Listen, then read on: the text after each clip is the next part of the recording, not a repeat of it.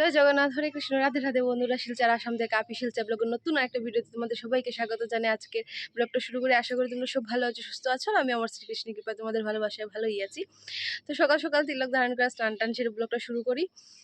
আর পেছনে দেখতে পাচ্ছ রোদ্র উঠেছে, তো সেই জন্য ভিজে কাপড় টাপড় দেওয়ার পরে ব্লগটা শুরু করছে। মানে কি বলবো, রোদ্র থেকে একটু খুশি আনন্দ লাগছে, সেটা বলে বোঝানো যাবে না। যদি রোদ্র হয় তাহলে বলি বৃষ্টি হোক ভগবান ভালো, আর বৃষ্টি হলে ভগবান রোদ্রটাই ঠিক আছে। মানে আমরা হয়েছে এমন এক স্বার্থপর, মানে সময়ের পরিস্থিতির সাথে মিলে চলছে, জানি না সত্যি কথা যেটা। তো যাই হোক, আমরা তো আমাদের স্বার্থের জন্য বলি ভগবান বৃষ্টি দেও, কিন্তু চারপাশে সবাই জানো মানে আমাদের শিলচরে ফ্লাড শুরু হয়ে গেছে। তো সবের কথাই মাথা চিন্তাধারা করেই মানে একটা ডিসিশন নেওয়াটা উচিত। তো আমরা গরমের জন্য বলেছিলাম বৃষ্টিটা ভালো, কিন্তু বৃষ্টিটা হওয়ার কারণে মানুষ কীভাবে অশান্তিতে আছে সেটা বাইরে বেরোলে দেখা যায়। তো যাই হোক বন্ধুরা, বেশি বকর করবো না, না হলে কিছু একটা বেশি হয়ে গেলে বুঝতেই পারছো। তো যাই হোক, সকাল সকাল উঠে স্নান টান সেরা হয়ে গেছে আমার, আর এখন বাকি আছে আমার ঠাকুরের স্নান টান করানোর। তো স্নান টান করাবো, তোমাদেরকেও দর্শন করাবো। আর তার আগে বলে রাখি, আর আজকে প্রায় কত দিনে আমাদের গরুগুলোকে বাইরে মাঠে নিয়ে যাওয়া হয়েছে, যেহেতু বৃষ্টির জন্য ওরাও ঘাস খেতে পারছে না। গড়ে যে খেরা টেরা ছিল এইগুলোই দেওয়া হয়েছে। তো বলো, গরুর ঘাসের প্রয়োজন, ঘাস না গেলে ওদের হয় না। তো বাবা নিয়ে গেছেন মাঠে। আর মা বলছিলেন যে স্নান করে এসে গেছো যখন, তো একটু সময় পাক করলাম, চাটা বানিয়ে নি, চা খেয়ে তুমি যাবে। তো এখন যাবো চা রুটি খেয়ে, তারপরে যাবো পুজো দিতে। আর তো চলো। আর মানে প্রতিদিনই একটাই ভিডিও একটাই ব্লগ, তোমাদের আর ভালো লাগবে না হয়তো, সেই একই স্নান টান সেরে পুজো টুজো দেওয়া। তো চেষ্টা করবো আমি একটু অন্য ধরনের কিছু একটা দেওয়ার, কিন্তু মোবাইলটার জন্য কিছুই করতে পারছি না, দিতে পারছি না। তো চলো, যেই করে হালিং শুরু হয়ে গেছে আয়ুষের, পিয়ুষকে নিয়ে। আয়ুষ যাবে মানে টিউশনে, তুমি বলতে যাবে না। তো চলো দেখি কি চলছে ঘরে। যে রান্না করে এসে দেখছি আমি এই যে মা রুটি বানাচ্ছেন। তো এই যে অলরেডি রুটি মানে বলা চলছে আর কি। আর এখানে হচ্ছে ভাজাও চলছে, আর এখানে একটা সবজিও বসিয়ে দেওয়া হয়েছে, এটা সকালের ব্রেকফাস্ট। আমাদের সকালে চা রুটি, আর এই যেখানে চা নিয়ে বসে গেছি, চা রুটি খেয়ে তারপরে চলে যাব ঠাকুরের পুজো দিতে। তো যে বন্ধুরা, চা রুটি খেয়ে আমি চলে এসেছি আমার গোপাল ঠাকুরের কাছে। তো এই যে আমার গোপাল ঠাকুর বসে আছে সিংহাসনে, দেখতে পাচ্ছ। তো এই যে এখন আমি গোপাল ঠাকুরের মালা টালা খুলে স্নান টান করিয়ে ফুল দিয়ে শৃঙ্গার করিয়ে তারপরে ঠাকুরের বাল্যভোগ দেবো। তো চলো বন্ধুরা, দেখতে পাচ্ছ আমার সব ঠাকুর বিরাজমান আছে। আর যেহেতু কালকে শুক্রবার গেছে, তো সেই জন্য সাদা পোশাক পরানো আছে। আর আজকে হয় যে শনিবার, তো দেখি ঠাকুরের কি পোশাক দিই। আর যেহেতু শনিবারে নীল কালারের এই পোশাকটা দিতে হয়, কিন্তু সব ঠাকুরের নীল কালারের পোশাক নেই, শুধু দুটো কাপড় আছে, ছোট গোপালের বড় গোপালের। তো দেখি কি পরাই। আর এই হয়েছে আমার রাধা মাধব, দেখতে পাচ্ছ। তো সোমবারে আছে একাদশী, তো রবিবারে কাপড় চেঞ্জ করব। আর এই আমার জগন্নাথ মহাপ্রভু। তো চলো বন্ধুরা, সময় নষ্ট না করে ঠাকুরের স্নান করে সময় ভোগটা সময় দিয়ে দিই। আর এদিকে মা আয়ুষকে নিয়ে যাচ্ছে ওর টিউশনিতে। তো যে বন্ধুরা, আমার ঠাকুরের স্নান হয়ে গেছে, দেখতে পাচ্ছ। আর আজকে কাপড় দিয়েছি মাল্টি কালারের, যেহেতু শনিবার নীল কালারের পোশাক দিতে হয়। তো বলেইছিলাম নীল কালারের দুটো কাপড় মাত্র। আর আর এখানে আমার গোপাল ঠাকুর চারজন, তো হবে না, সেই জন্য মাল্টি কালারে দিয়েছি। আর এই যে ফুল টুল দিয়ে সাজিয়েছি, আজকে একটু ফুলটা কমই হয়েছে, সেই জন্য কম ফুল দিয়ে সাজানো হয়েছে। আর এদিকে বাল্যভোগ হয়ে গেছে।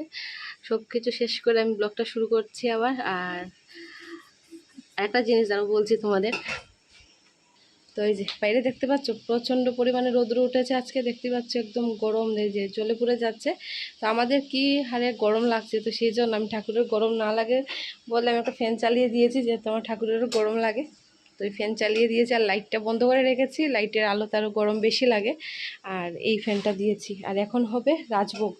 তো রাজভোগের সময় হয়ে গেছে, রান্নাবান্না হয়ে গেছে। রাজভোগ লাগানোর পরে ঠাকুরের গান কীর্তন সেরে আরতি করতে হবে। তো রাজভোগে কী কী হয়েছে সেটা আর ভোগের পরে তোমাদের দেখাবো, দর্শন করাবো যে ঠাকুরের ভোগে আছে কী রান্না হয়েছে। তো চলো আমি আগে ঠাকুরের ভোগটা দিয়ে দিই। রান্নাবান্না হয়ে গেছে, ঠাকুরের ভোগ এদিকে মানে রেডি করা চলছে। যে ঘরে ভোগ লাগিয়ে বাইরে বসে কীর্তনটা শেষ করে এখানে বসে আছি। আর আজকে এত গরম কি বলবো, তো রোদ্র উঠেছে। আর মা একটা ফ্যান নিয়ে এসে বসেছেন, যে বলছেন যে গান কীর্তনের সময় একটু ঠাকুর, তো ভিতরে একটা ফ্যান চলছে, বাইরে আমরা একটু ফ্যানের বাতাস খেয়ে গানটা গাইবো। কিন্তু ফ্যানের কন্ডিশনটা কি হয়েছে দাঁড়াও দেখাচ্ছি তোমাদের। দেখতে পাচ্ছ বউটা কারেন্ট আছে, কিন্তু এই যে কিন্তু ফ্যানটা চলছে না। ফ্যানটাকে খোলে ঠোলে, এই যে এই ফ্যানটাকে এই যে বাঁশ দিয়ে তো মারামারি চলছে, তবু ফ্যানটা অন আর হচ্ছে না। ফ্যানটা বলছে ছেড়ে দে, আমারও গরম লেগেছে, কিন্তু না, কোনো মতে ছাড়া যাবে না। এই যে দুই আমাদের দেখি কারিগর মিস্ত্রি বসেছে বাঁশ নিয়ে, মানে আজকে চালিয়েই ছাড়বে। আর মা এই যে এখানে বসে আছে, ফ্যানের হাওয়া খাবে বলে করে বসে আছে, কিন্তু ফ্যান তো চলার নামই নিচ্ছে না। আর বাইরে দেখতে পাচ্ছ কি পরিমাণে রোদ্র উঠেছে। এই রোদ্র বাবা গেছে গরুর এখানে।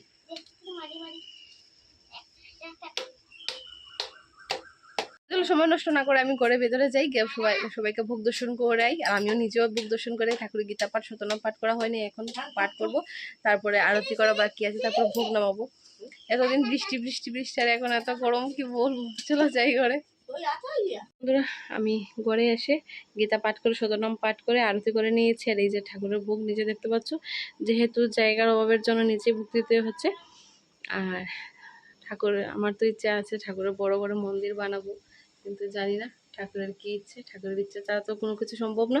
তো যাই বন্ধুরা, চলো ভোগটা নামাই, তারপরে থালা বাসনগুলো ধুতে হবে। আর বাইরে এত গরম, কি বলবো আজকে। বন্ধুরা ঠাকুরের সামনে এক গ্লাস জল আর একটু দুধ দিয়ে রেখেছি, এই যে দেখতে পাচ্ছ ঢাকা দেবো। এখন জগন্নাথের সামনে সেম দিয়েছি, ঠাকুরের যখন জল তৃষ্ণা পাবে, এত গরম পড়েছে তৃষ্ণা তো পাবে, তো ঠাকুর গ্রহণ করবে। আর দুধ দিয়েছি, ভাত খাওয়ার পরে দুধ তো আমরাও খাই, তো সেই জন্য ঠাকুরের দিয়েছি। আর এখানে যে থালা বাসনগুলো ধুয়ে টুয়ে এনে রেখেছি। ওহ কি বলবো। আর বৃষ্টি বৃষ্টি বৃষ্টি বলতে বলতে আজকে এমন রোদ্র দিয়েছে, কি বলবো, মানে কি গরম।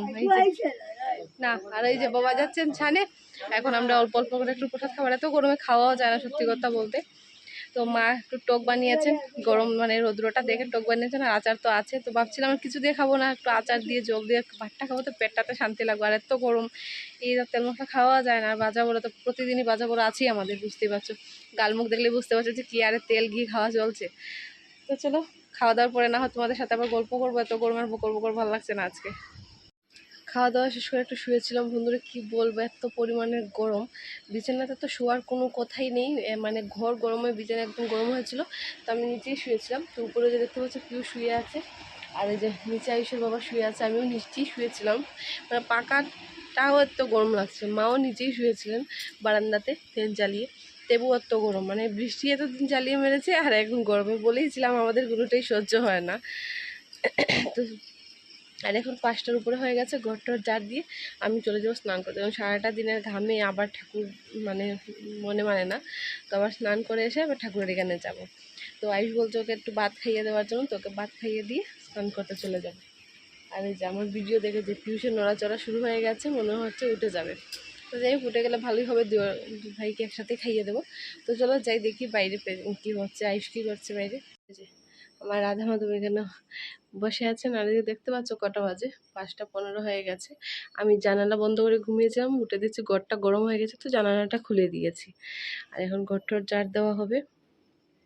আর ওই যে আয়ুষ উঠে বাইরে চলে এসেছে। আর আমাদের প্রচুর পাহারাদার ছিল, আমরা ঘুমিয়েছিলাম আর বাড়ি পাহারা দিয়েছে। এই যে এখানে ওকে রাখা হয়েছে যেন বাড়ি পাহারা দিতে পারে। আর এইদিকে আমাদের এই যে গরুগুলো চলে এসেছে, আর একটা গরু বাকি আছে, তো সেটা আয়নি, তো সেটাকে আনতেই বাবা মাঠে গেছেন। এই যে দুটো, আর এখানে দুটো, আর একটা আসেনি, আয়ুষের গরুটা আসেনি এখনো।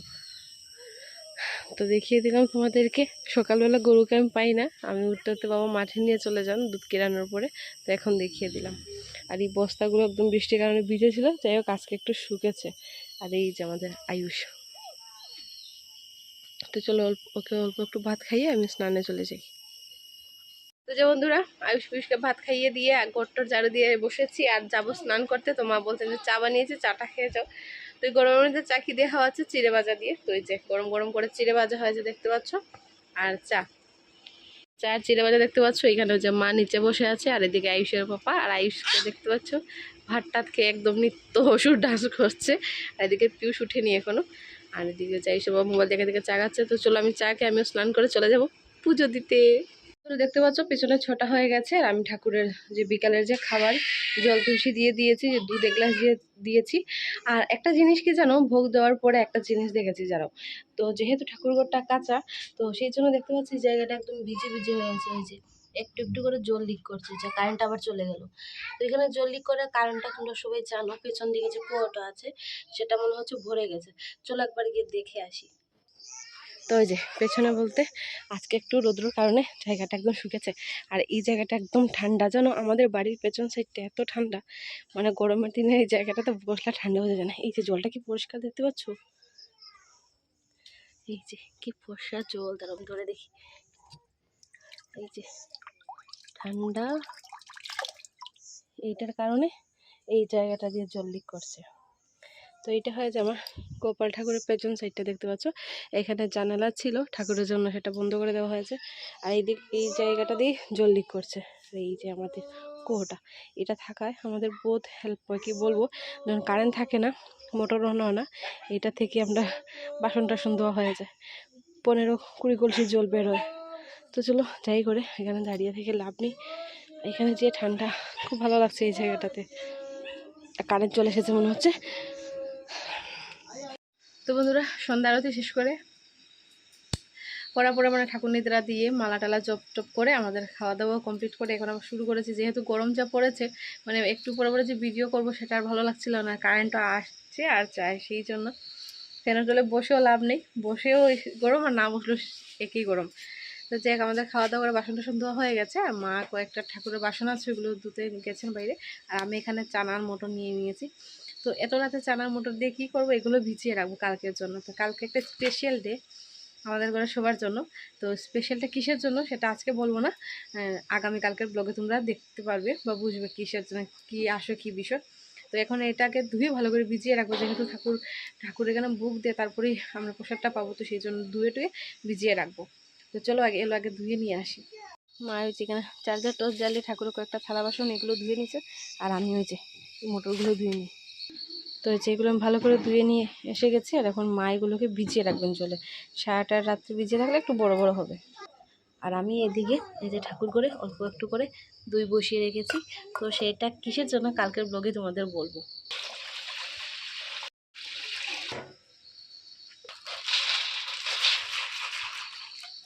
চানা মটর ভিজানো হয়ে গেছে, দই বসানো হয়ে গেছে, খাওয়া দাওয়া কমপ্লিট হয়ে গেছে, বাসন টাসন দেওয়া হয়ে গেছে, গট্টর মোছা হয়ে গেছে, এখন হয়েছে ঘুমানোর পালা। তো এখন ঘুমাবো। কালকে কি স্পেশাল আছে সেটা নেক্সট ভিডিওতে তোমাদের বলবো, আর তোমরাও দেখতে পাবে। আজকে আর এখন আর কিছু বলছি না। তো প্লিজ সবাই মানে নেক্সট ব্লগটা কেউ মিস করো না, সারপ্রাইজ দেওয়ার চেষ্টা করছি, দেখি কি হয়। তো যাই বন্ধুরা, আজকের এই খুনসুটি এই গরমের ভিডিও যদি ভালো লাগে তো প্লিজ কমেন্টে জানিয়ে দিও। যেহেতু কমেন্টটা আমি কি হয়েছে, কমেন্ট মানে হচ্ছে না, বন্ধ আছে, তো লাইক করে যেও, আর ভালো লাগলে চ্যানেলটা সাবস্ক্রাইব করে যেও, অন্যদের কাছে শেয়ার করে যেও। সবার কাছে আজকে আমি এখানেই বিদায় নিচ্ছি। সবাইকে জয় জগন্নাথ, রাধা মাধব জয়, সবাইকে শুভরাত্রি, টাটা।